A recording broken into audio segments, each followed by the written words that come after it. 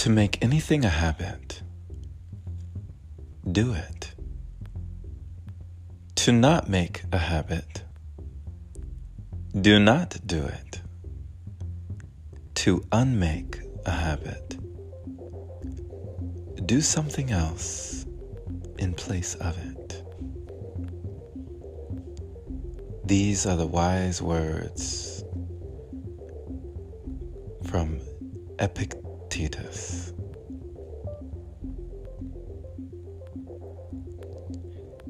These wise words came to me, and they made so much sense.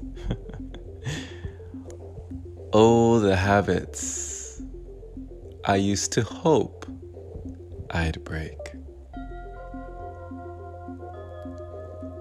Not understanding that you don't have to close a door you don't open. To not make a habit, just don't do it. There's also a Chinese proverb that says, if you don't want anyone to know it, don't do it. It's not surprising to me at all that I eventually craved an escape from my escape, the things that I would do to escape reality, be it video games, different substances, even pornography. There came a time where there was a breaking point, and I had to come out and admit, not only to others, but to myself, I was in deep. I needed a way out. What became my way out was a way in, going into my body through meditation. But this too began as a habit. Habits, in my opinion, always trump willpower. A habit is something you repeatedly do. Once this something hits your subconscious mind, the game is over. You don't have to trick yourself into doing something that you've done again and again.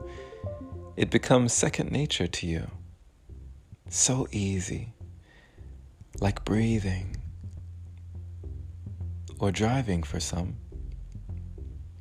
But there are many people in highly populated cities like New York who don't drive or have never driven. And so they have a fear if they were ever put behind a wheel. But it is only because they've never practiced, or they are out of practice due to the lack of necessity. Use it or lose it, they say. But the caveat is, you may lose it if you don't use it. So the things that we want to let go, could it be as easy as letting them go? Or do we make things difficult by holding on to what has been? Would we make it easier on ourselves if we swapped it for something else? Sort of like the smoker chewing bubblegum to assist them in breaking that pattern. But just like sledding or snowboarding down a mountain of ice, we create new grooves, divots, and neural pathways in our mind. The neurons that fire together, wire together. The ones we let go soon let go of the wiring and adjust in other areas. You can see that during meditation, in a brain scan, the meditator is wiring the areas of the brain responsible for peace, joy, love. And they are simultaneously decoupling and unwiring the ones responsible for fear, anger, stress, worry. The more we do, the more we can do. And the more we want to do, the less we do, the less we are inclined.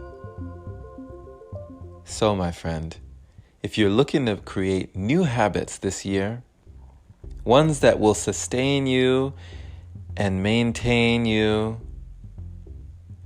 and gain you all the things you are looking for in a fulfilling life,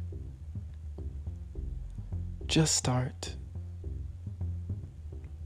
by doing. For we are what we repeatedly do. And you don't have to be great to start,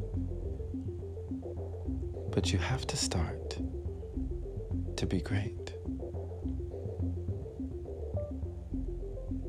Thank you for listening, my friend. This has been Jerome Shaw on TOP, the Open Palm Podcast here in Columbia, South Carolina.